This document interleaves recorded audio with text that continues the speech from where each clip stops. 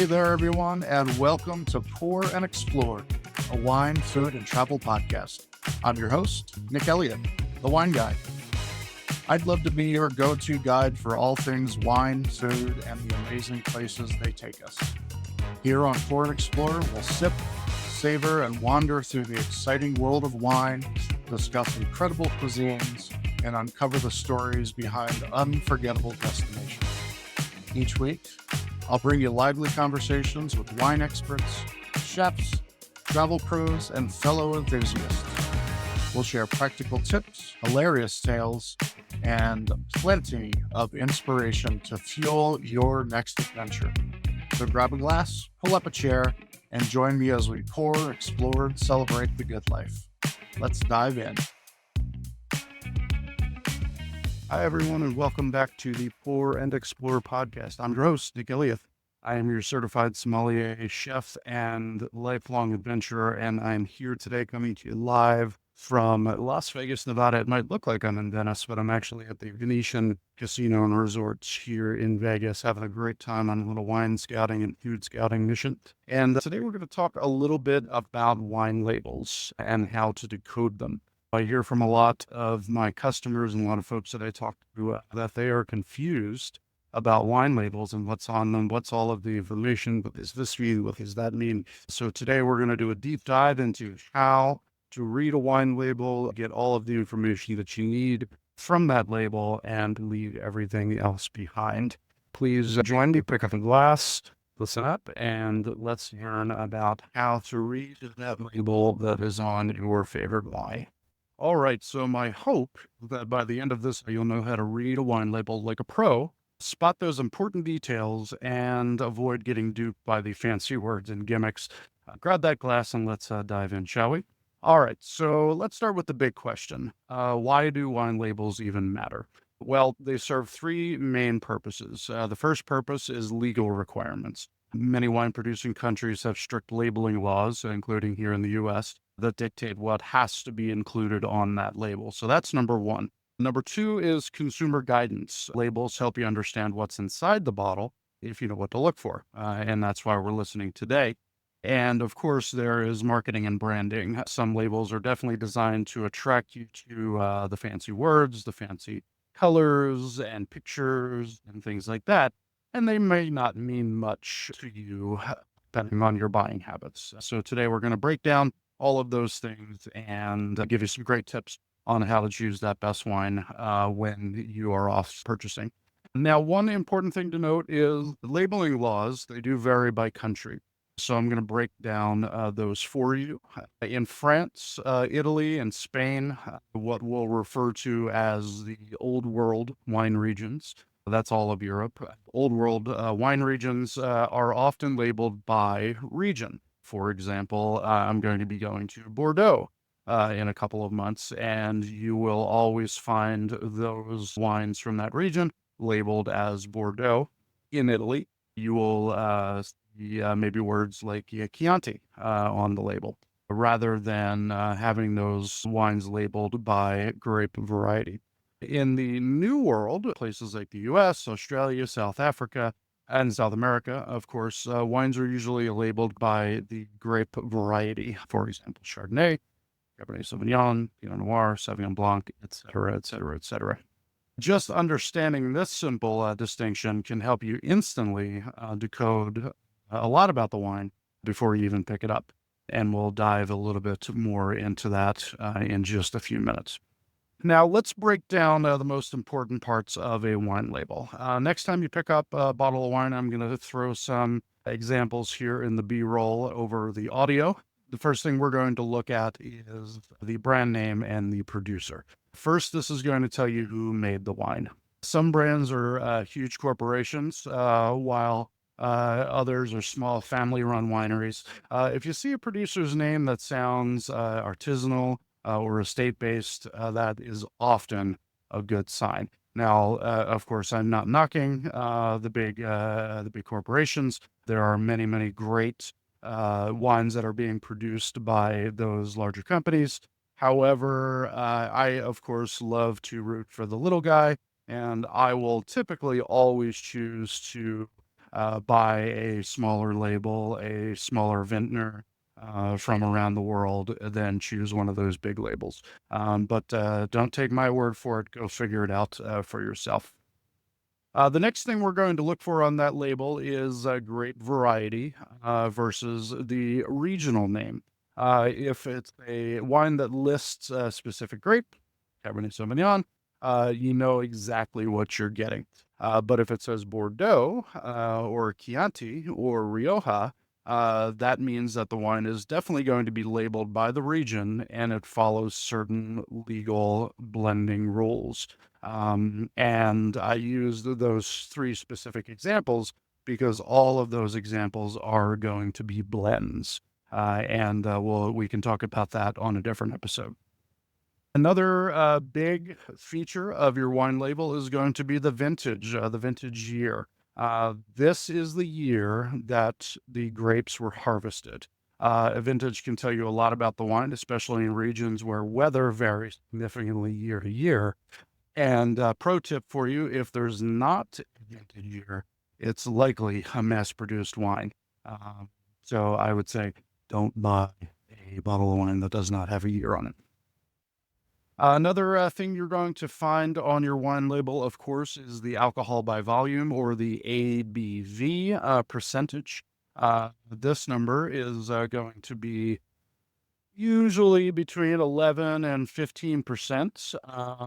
And that's going to tell you a little bit more about the wine's style. The lower alcohol by volume, 11 to 12-ish percent. It's going to be lighter, a little more refreshing. Think a Riesling, Prosecco. Most sparkling wines are going to have lower alcohol contents as well.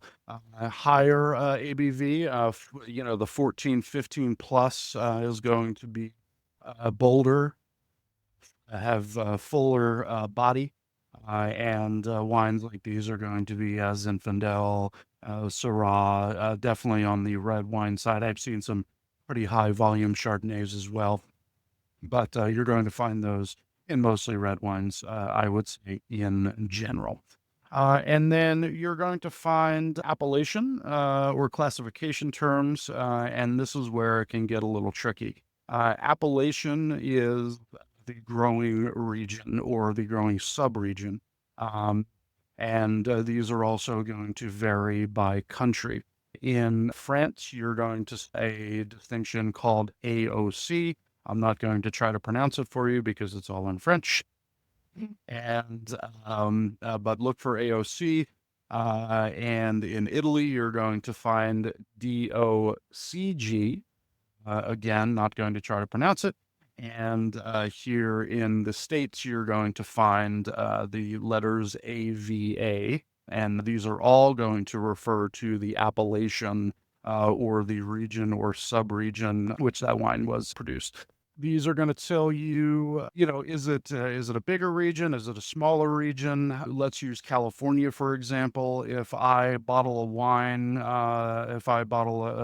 that comes from grapes harvested from all over the state of California, then you are typically going to find the distinction California on the label. But more specifically, if you find a label that's Carmel Valley, for example, that's where I made wine for a long time.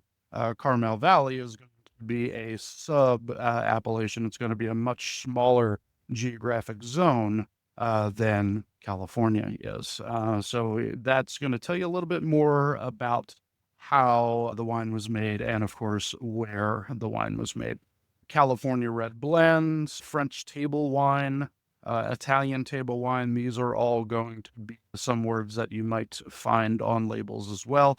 And again, it's going to give you a little bit of a hint about the quality. Although I've had amazing California red blends, I've had amazing French or Italian table wines. This is the kind of wine that you go into a restaurant and it's their house wine. You can buy it by the liter or the half liter, and it's absolutely spectacular. And it's literally grown right in the backyard, of the restaurant. So another fun little tip for you. Some other things that you might find on your wine label are buzzwords, marketing terms. And I'm going to dig a little bit deeper into this because I want to be very specific about what I'm saying when it comes to this kind of thing. Certain words on labels, these buzzwords, might not actually mean anything. Here's one for you: reserve. What does reserve mean? In the US, this means absolutely nothing. There's no legal definition of reserve. It's just a fancy word that we put on the label to make it sound better or more premium. In Spain, reserva, it means that the wine was aged for a minimum period of time. So again, seeing the distinction between what we're able to do here in the States versus what they can do, especially in the old world, Italy, Germany, France, Italy, etc., very, very strict on their wine laws and how not only can they be produced, but also what their labels, how their labels read. Old vine, that sounds pretty cool, right? But unless it specifies how old those vines are, could very well be meaningless. So watch out for that. Look out. I mean, if you care, and if you're listening to this podcast, you probably care. So do a little more research on a wine. If the and you can usually find out this information by talking to someone at the shop that you're buying your wine, or you can do a little research online. Google is a wonderful thing when it comes to finding things out, and this is a great way to find out what it exactly means. And all of us have one of these cool little phones in our pocket most of the time, so we can take 30 seconds and Google, such and such vintner, old vine reserve, and just read what it says and just do a little bit of research, and that can tell you a lot about what is in the bottle.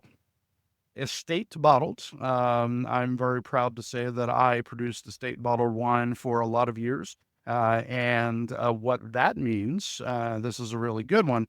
It means that the grapes that are in that bottle that the wine was made from were grown on a very, very specific place, a very vineyard and winery.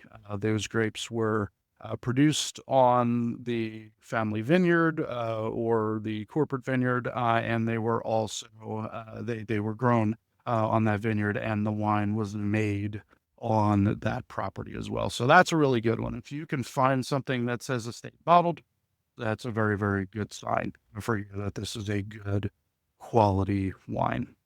All right. What are some of the other things that we're going to find on a wine label? Well, beyond the basics, you might see other certifications on the label, and we'll go over a few of those right now. Some of the things you should pay attention to.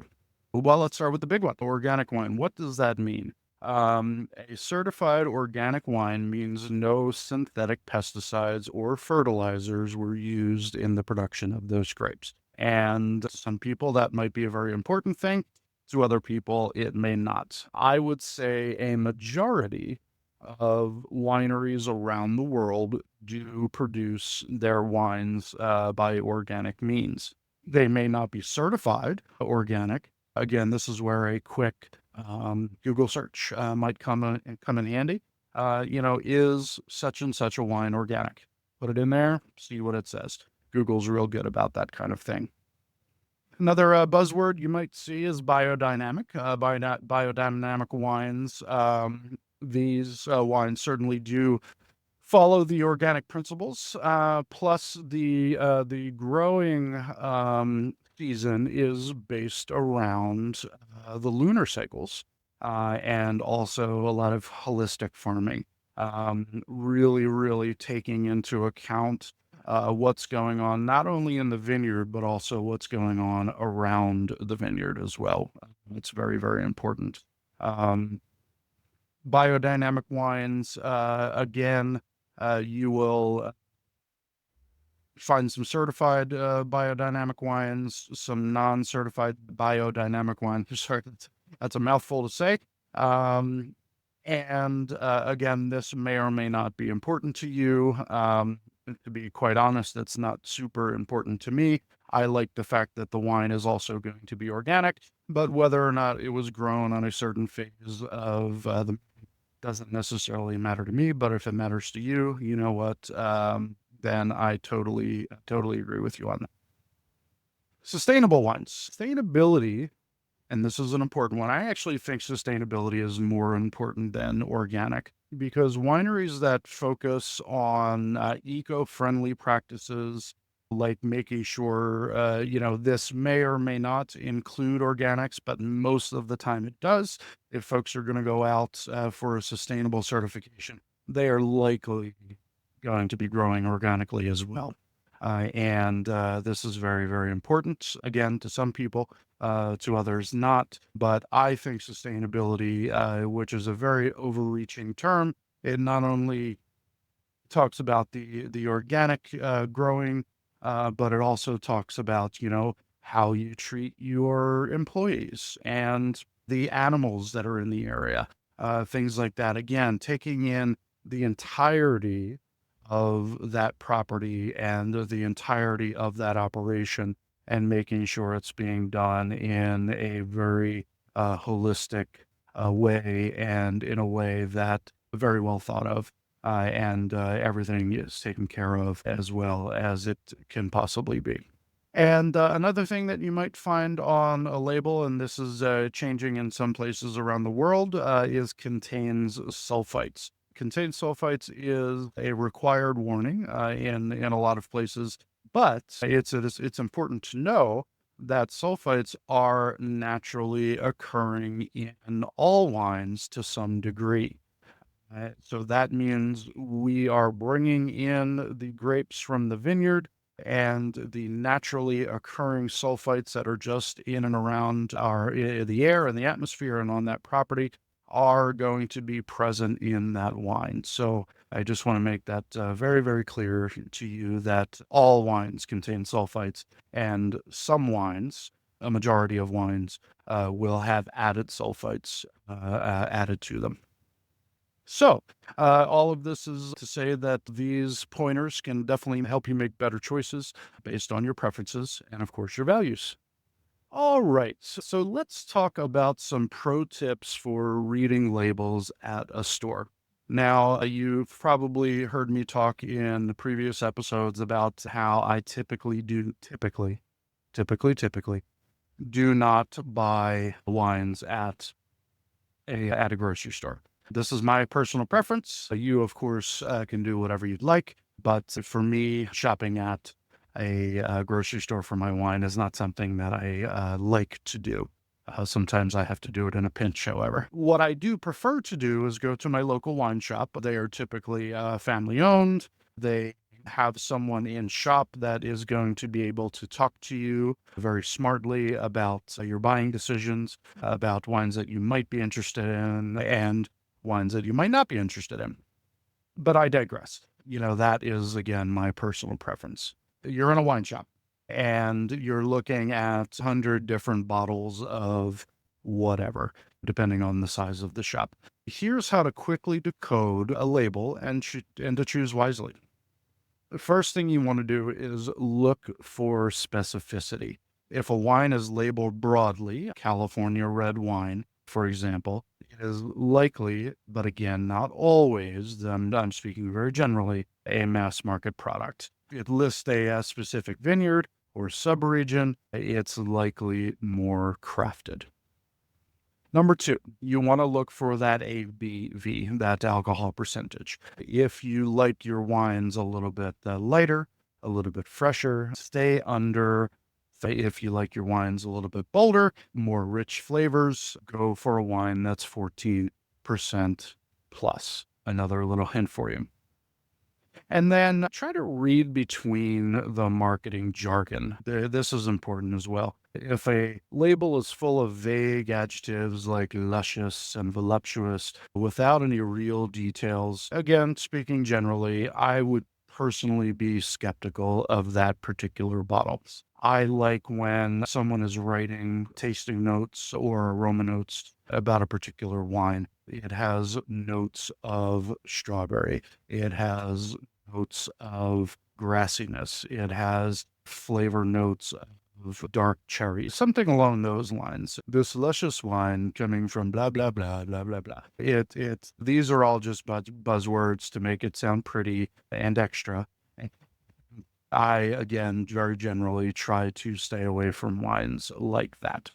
Just a couple of hints for you in that regard. I want to talk a little bit more about going to your local wine shop. I've already said it, but I like going into my local wine shop. I like purchasing my wines from a place that know what they're talking about, or have someone in the shop that knows what they're talking about. A smaller type grocery store, of course, a wine shop is always going to have someone on hand who knows mostly what they're talking about. Of course, we can't know everything about every single wine that's in our shop, but again, thanks to our friend Google or your favorite search engine, you can certainly find out more information. If you're in the store and they're available, I definitely recommend talking to them, because not only are you going to get an education on that particular wine that you're likely going to choose, but you're also going to get an education on wines that are in and around that vicinity as well. And by vicinity, wines that are like that wine that you're looking for. You may be a big fan of, I'm just making this up as I'm going along, maybe you're a big fan of Sauvignon Blanc, California Sauvignon Blanc, let's say. If you're a big fan of California Sauvignon Blanc, then you are probably going to like Sauvignon Blanc from other regions. White Bordeaux, for example, is an amazing example of Sauvignon Blanc produced in quite a few different styles in France. So it's likely that you're going to find one that you enjoy. And instead of drinking, you've heard me talk about this in previous episodes as well, spread your wings a little bit and choose something that is in the area of the wine that you like and try something new. You know what? 9 times out of 10, you're going to like it. For that 10% that you don't like, you know what? Then just don't buy that bottle again. But I love, this is my job, of course, is to try new wines. So I love going and finding a Cabernet Sauvignon from Napa, Cabernet Sauvignon from Washington, and then a Cabernet Sauvignon from, of course, Bordeaux. You can even find cabs in Mexico nowadays, things like that, and give them a try. It's really a lot of fun to try these new things. And again, 9 times out of 10, you are going to be pleasantly surprised. So go into the wine shop, talk to the person. They're going to give you a great education on what's available, not only in their store, but they also might lead you to a completely different thing that you may not have tried before, which is always fun to do. That is your crash course in reading a wine label. Again, in the video portion of this episode on YouTube, on the Wine Guy YouTube channel, you're going to find all of my video podcast episodes, and there you will be able to find some specific examples that I've marked up, wine labels that can help you along during this podcast if you'd like to do that. And while you're there, don't forget to subscribe, and don't forget to leave me a comment. I'd really love to hear what you had to say. So next time you're in a wine shop, definitely take a closer look at the label and tell me what you can decipher. So to recap, we learned today whether a wine label is going to list a grape or a region. We talked about looking for vintage. We talked about looking for alcohol by volume, and these things are going to give you an idea as far as style goes. And I would say the last big thing is don't fall for marketing tricks. Just because the bottle says reserve on it doesn't mean that it's any better than the bottle next to it that doesn't say reserve on it. And of course, know the rules, at least generally, of the particular region whose wine you are going to taste. Now, I want to hear from you. If you're listening to this podcast on YouTube, maybe you're catching a clip of it on Facebook or TikTok or Instagram, send me a pic of a wine label that confuses you. send me a pic of the label and I will help you decode it. I'm happy to do that. You can also DM me on social media or shoot me an email. That email address is going to be cheers@thewineguy.vin. That's cheers@thewineguy.vin. You're always welcome to shoot me an email, and I'm happy to help in any way I possibly can. And again, if you enjoyed this episode, please subscribe, leave me a review, and share it with a fellow wine lover. Until next time, everybody, remember to keep wondering and wandering, and cheers. Have a great day. Thank you so much for tuning into this episode of Pour and Explore. I'd love to hear your thoughts, your stories, and your questions, so you can drop me a line at cheers@thewineguy.vin. That's cheers@thewineguy.vin. Or let's connect on TikTok, Instagram, or Facebook. Grab those links on my website at thewineguy.vin. Until next time, let's keep wondering and wandering. Cheers, everyone.